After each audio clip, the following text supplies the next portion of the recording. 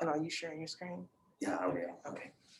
Yeah, good morning, everyone, and thanks, Meredith, for the introduction.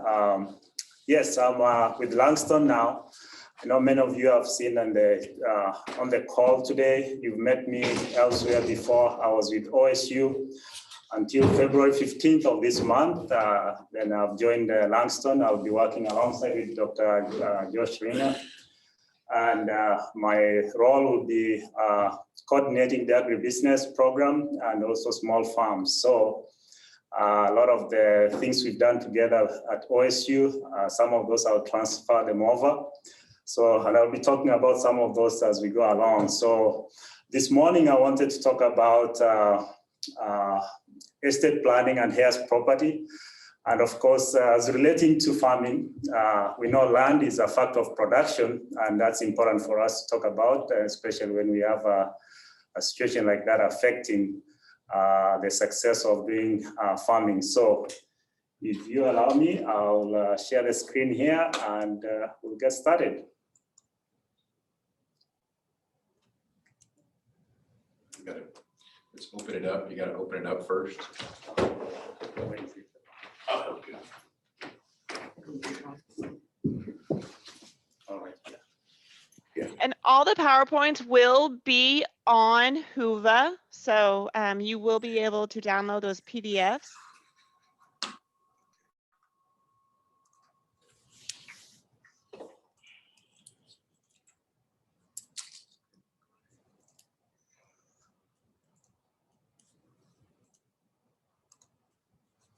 We'll be here just a second. Okay, there we go. This one. Okay. Now we're going to go here. And then share screen. There you are, and then switch to. Yeah. Okay, there you go. Okay. Okay, thank you.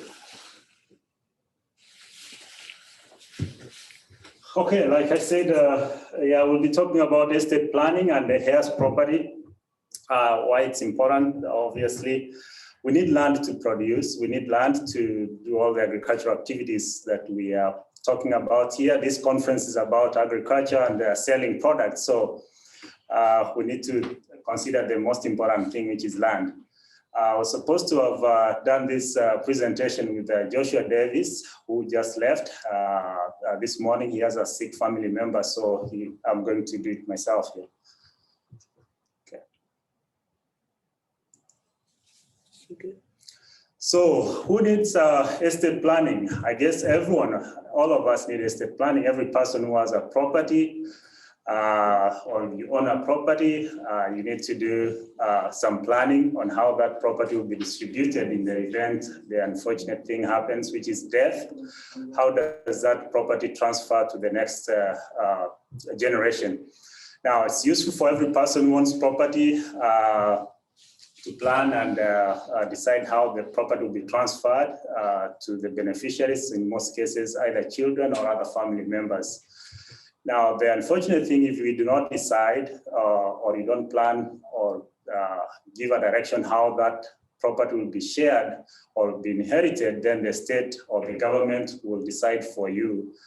And that's obviously not what we want. At least you want your close family members to benefit from your hard work and all the investments you've made. Okay. Then what is estate planning? When you do estate planning, you are basically thinking through some very simple things like the property you have. If you have a spouse or a partner, you know, suppose you die or the partner dies, you know, what will happen to the property? Will it transfer to them? What if both of you or both spouses pass away? What happens to that property then? Or if it's a family property that is extended to an extended family, what will happen to the whole family? You know, what will happen to the property if the whole family dies or disappears? So obviously, if we don't do any of this, like I said earlier, all this will revert to the government to decide on how that property will be utilized. Okay. Now, to do estate planning, It's important that we start thinking about these issues and talking about them as early as possible. I know they're not easy conversations to have, but they're necessary to have. Now, one way or a way to do it is to identify the assets and the liabilities or debts that you owe or the family owes. Put all those and update them periodically. We will be talking about record keeping, which is one of the things that Micah just talked about here in the workshops that we'll be doing starting from April. Record keeping is important. It helps you, of course, update your assets, update your liabilities, and that way at least you stay current. And also, part of the estate planning is to identify objectives for the estate. Let's say you want the property to stay in the family for one generation, and then after that it can be sold, or maybe it goes into a foundation, or maybe helping for charity work or such kind of things. So it's important to put those objectives in place, and so that at least those who come after or those who will succeed, they'll know how that property will be utilized. Working with a professional advisor is a good thing, and this is a program we're going to be providing here at Langston. Obviously not the legal side, but just helping to plan around how to plan for the estate in the event that you have an issue that requires to identify what are the assets, what are the debts, or what are objectives you want to build, or working around making the right objectives for your property. And then, of course, getting all the documentation, then how you can really make it implementable in the sense that if you want it to be a legal document, then you need to work with an attorney or a lawyer so that it can be utilized. And then designing the estate plan, it's not just talking about it, but of course you have to design it and then have it in place and implement it. And to implement, legally it needs a witness, somebody that can confirm that yes, you had a plan, and there are witnesses who can confirm. Witness usually in the legal implications, they're supposed to be people of sound mind that can confirm that what was written or what was said in the plan was true. So let's talk a little bit about Heir property ownership. What it is, when a person dies without a will or a plan, that, of course, leaves a gap, and that's where the government comes in and takes control of how the property will be inherited. And then, of course, when the government comes in, it will decide who will take it, how much of it, depending on who claims it. Now, in most cases, many of us in our families or, where we've grown up, we know that land is kind of what identifies us as part of the family. Land is most of the time is passed on to family members. And in the event where there is no clear indication how that land will be passed down, then it becomes, a heir's or property. And it could involve multiple people where maybe there are siblings that are part of that family. And if there are siblings, then if there is no clear direction how the land will be used, and it has the rightful owner or the one who has rights to it has passed on, then it becomes common land. And the siblings then, or the people who inherit it, will become tenants on that land. And in that case, then it becomes a problem that everyone will claim a share of it, and it goes to something we call, you have fractional interest in the land. Everyone can lay claim on it, but nobody rightfully owns it. Now, when you have a situation of fractional interest, then that poses a challenge, because how do you utilize land that you don't fully own? How much of it can you use? How much development can you do on that? So, and when we're talking of Heir property ownership, this is an issue mostly, obviously there is an issue of this in Oklahoma and many other states. And I'll be talking a little bit about that as we go on. So, like I said, that's it's not a good problem. It's a worst problem you can ever have.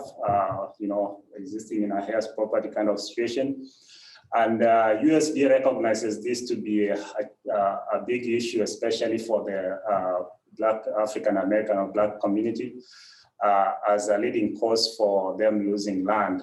And if we are talking of agriculture and we're trying to make use of land to grow and improve the economic well-being, and we are losing land, obviously that poses a challenge.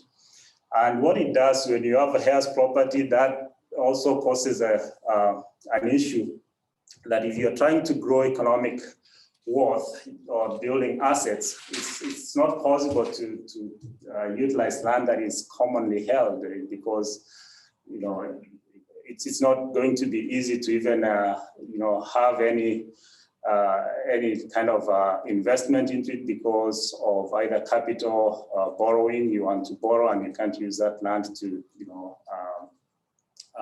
use it as security for the money or the funding that you're looking for. Of course, it also inhibits managing of land. You're trying to either do conservation practices or such kind of things. How much of it can you do? You cannot do for everyone else. All the land that is owned by other partners or parties, unless they're all in agreement that what you're doing is correct.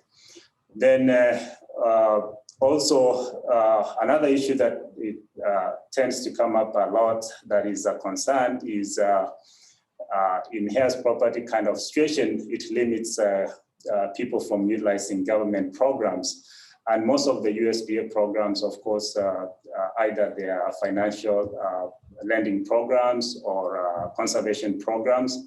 You'd like to show record that you own the land, and if you don't show that, obviously the government wants to know that the programs are going to benefit or they are tied to specific owners of the land. So obviously, like I say, this is a challenge, and if we have this, we'd like to see how we can remedy the situation and make it better so that at least we can utilize the land for maximum returns. So fractional ownership, what is it? It's the size of each Heir's fractional ownership interest depends on how many generations are in that family or in that line of the family, and it can get to be a lot. You're thinking of a situation maybe where you have a family member who has 3 generations back, and all those generations, 3 generations, none of them really own the land. They kind of existed in common land, and now you are either the 4th generation or the 3rd generation in it, and you cannot lay ownership to this land. So thinking of trying to develop or improve on the land, you have to factor all those that are involved through the whole family of the generations, so we can get consensus or understanding that you can use the land. So that becomes to be a challenge. So how many heirs can rightfully take the inheritance at a specific point in time? That's also another factor to consider.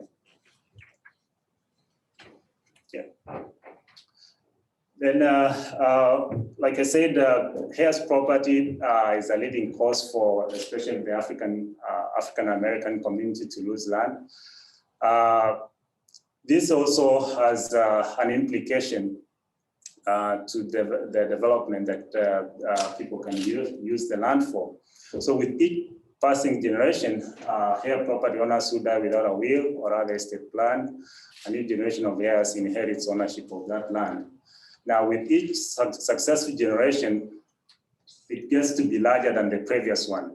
And as a result, of course, the next generation of the land ownership interest gets smaller. And of course, then as the interests are getting more, the interest increase, the land size, it's kind of fragmented into a smaller sizes for those that are going to claim to utilize it. then of course it becomes uneconomical to use it, and beside the headache of trying to, match or balance the interest of everyone. Now, on management, these common situations make it difficult. Of course, it's not even impossible to utilize or manage the land.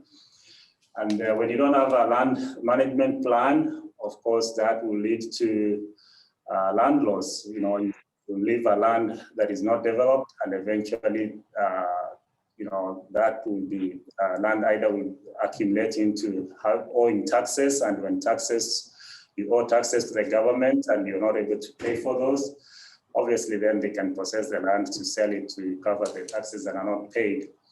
Now, in some cases, the land is managed, but the responsibility will rest in the hands of one heir or a small group of them. And of course, in that case, then just one person is enjoying the benefits of the land and not all of them. And that can also be a challenge. And in the event of those few that are investing in the land, if there are those who can utilize it, some may, create a management crisis in terms of trying to get everyone to agree what you want to utilize it for, when you want to utilize it for, and you're imagining a scenario where, you may not have same interest. Everyone has their different interests, how they would like to use it. Now, without specific authorization by the other heirs, decision-making becomes an issue. If you had properties or assets that are on that land, if you have trees, maybe you're looking to harvest like timber or lumber, you want to lease the land or building a structure on the land, obviously that can be an issue unless you're able to come to a consensus as the whole family of those heirs that are involved. Now, when it becomes an issue for land to be utilized, of course, it can lead to maybe one of the members of the heirs taking legal remedies to try and utilize the land. In that case, then it becomes a conflict that has to be solved through the courts. And in some cases, when it goes through the courts can dictate that the land is sold and or petition so that each heir can get a share of the land. And when it comes to petition sale, which is a court-ordered process, then it will remain to the highest bidder to take the land.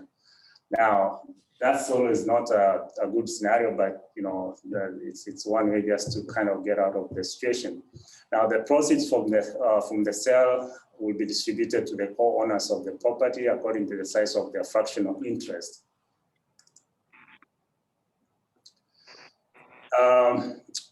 Obviously, when you do partition sales, that means that land will not exist because then it will be having new owners once it's sold.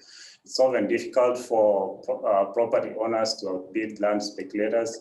And it's in some cases, when land speculators know that the land is it's a common land, they'll try to influence the process so that they can have the land sold, and they'll be ready to bid when the land is put on sale. And the highest bid, of course, will get the land. And those that the heirs or the family members will lose the chance or may miss a chance to purchase it if they don't have the capital to buy. An interest holder in the heir property does not need to obtain consent of the other heirs before seeking the partition sale of the family land. That's just the court process it works. Now, let's talk a little bit about the federal policy and heirs property. And we'll talk about this in the context of how the implications of the reality of what has happened to heirs property.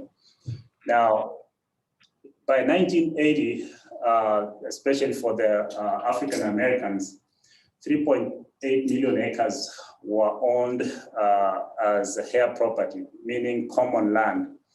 1997, only 2.4 million of those acres were remaining, meaning about 1.6 million acres were lost as either sold or not claimed, and so the government took that land.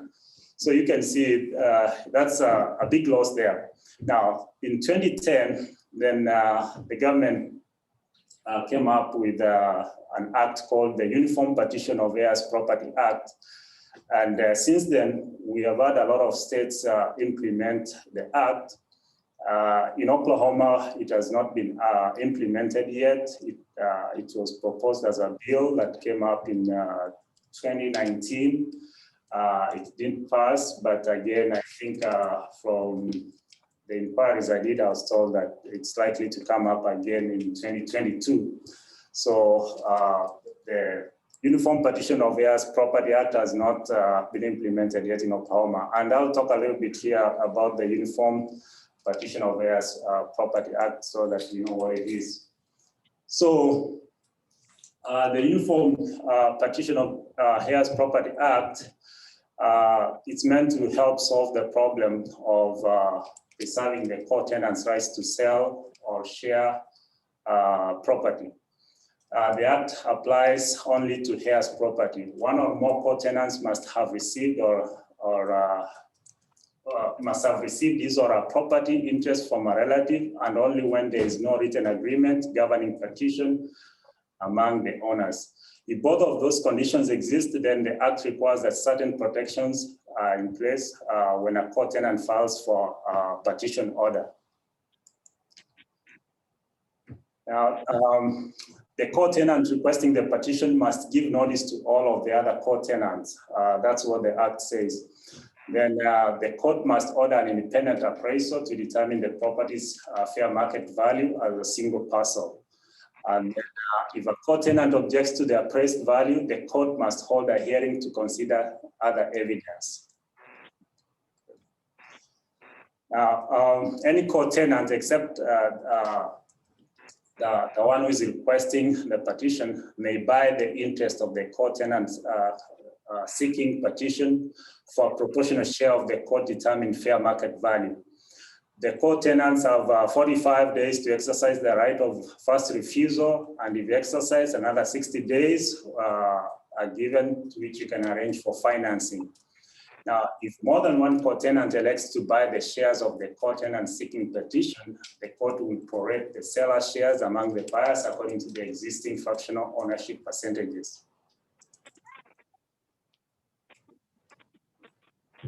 If a co-tenant elects to purchase shares from the co-tenant seeking partition, the court must order partition in kind, unless the court determines that that partition in kind will result in a great prejudice to the co-tenants as a group.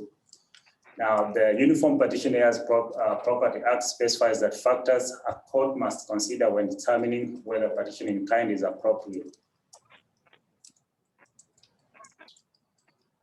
So if partition in kind is inappropriate, then and the court orders a partition by sale, the property must be offered for sale on the open market at a price no lower than the court determined value for a reasonable period of time and in a commercially reasonable manner.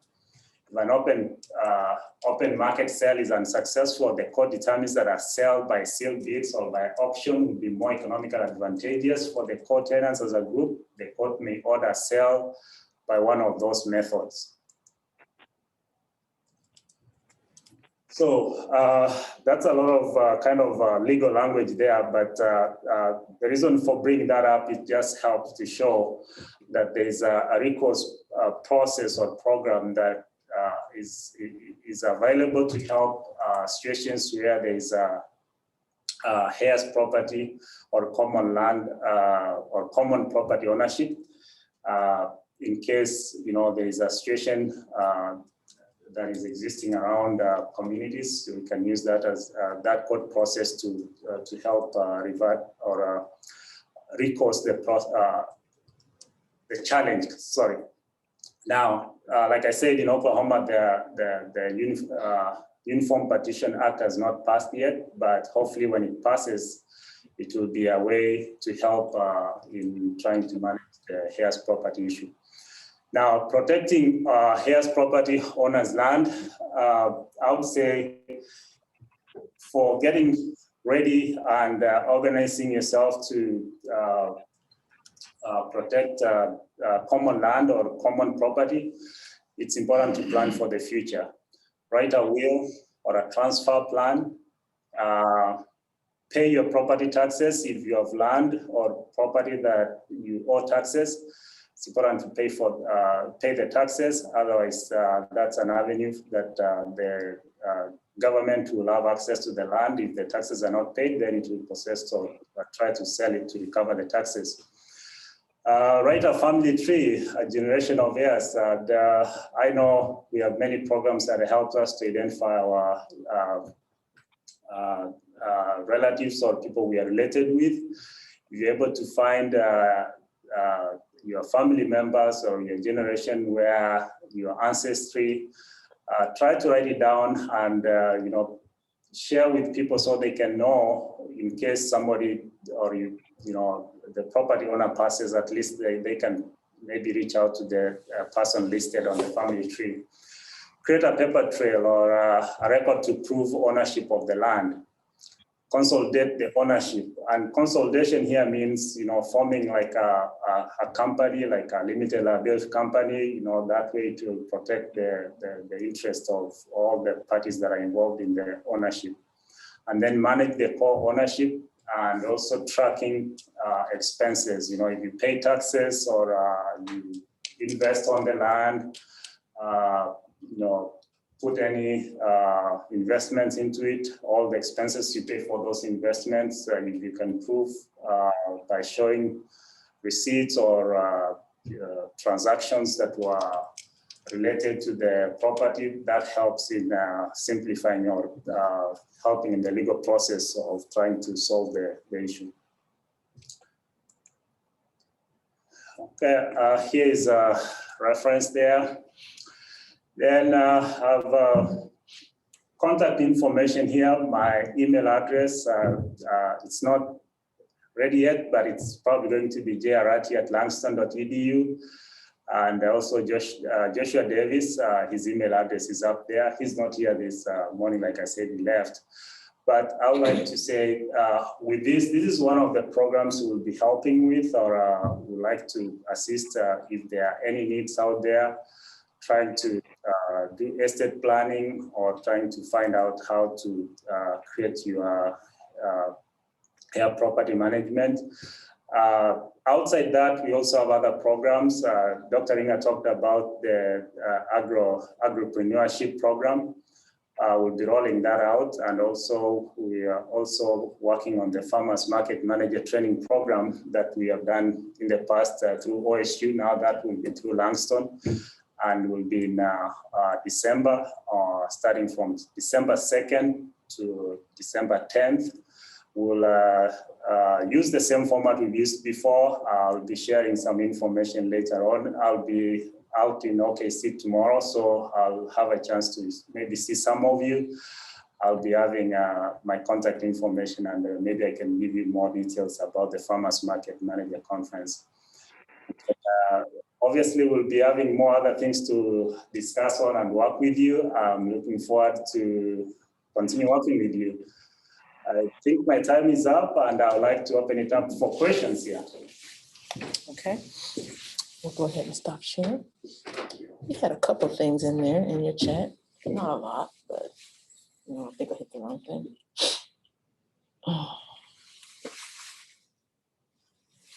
Where's your chat? There it is. I don't know why that's popping up. You had somebody was just kind of commenting about what an heir property was. I think you answered it. Okay. So, can you scroll down? Let's see. It's right here. Talking about their property. I think you. So yeah, someone, Kelda was asking about Heir property, the land inherited by a lot of family members where one person can't clearly manage it, but one person can potentially steal it also. Yeah, I think I think Kelda was making a comment there. Yeah, that's right. That's true. And I think that's it. Unless somebody else has another question. There was one question just about, and it was a little bit about direct property. So if you do receive, you own some land and there's structures on the land that are not habitable, do you still have to pay taxes on those? And how do you get those off so they're not considered part of your property? Is that a question you know how to answer? I would say I don't have an answer for that unless you talk to you need to talk to the county assessor to find out how your land is assessed in terms of what structures are existing on it. I won't have a direct answer for you on that. Okay, thank you. Are there any other questions before we go on? I have to tell you, I learned a lot just now about Heir properties and the value in making sure you have something set up for your family so that they can continue on with the legacy you've created. So I know as a beginning farmer and even as an established farmer, this is so important. I wanted to also, while we're in between sessions, I wanted to share screens and show you guys how to rate each session. So as you guys see here, when you go to your home screen, you will go to agenda, and then on the agenda, we're obviously in the virtual Langston tools and partnerships for new and beginning farmers. You'll scroll down and you see each one of the subsessions that have been presented today as a separate thing. You will click on the view details here. You will see information about the speaker. You will also this is where you download the presentations that they provided. And this is where you rate it. So please click on this, go to this rating, and tell us what you think. This is extremely valuable. We use this to develop future projects and our conference. So really appreciate any feedback you can provide. And I also have I know what it looks like on mobile for those of you using mobile. So let me pull that up really fast. Oh, goodness. Sorry, technical challenges.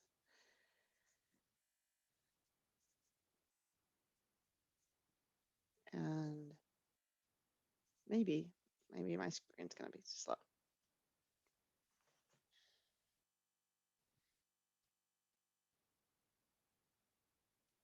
And on this here, on this screen, you can see this is how you do it on the mobile app, is you just go to rate right there once you're on the agenda. So just wanted everybody to know how to rate these sessions. So you can rate the Langston workshops all in one, but then you also need to rate each sub-session so that those speakers can get feedback and know how to make a better presentation or know where they were strong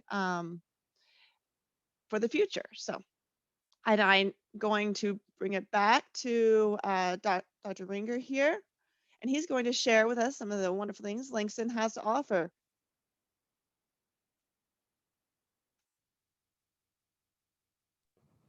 Okay, we've unmuted here. We're ready to go again. This is the last session for the Langston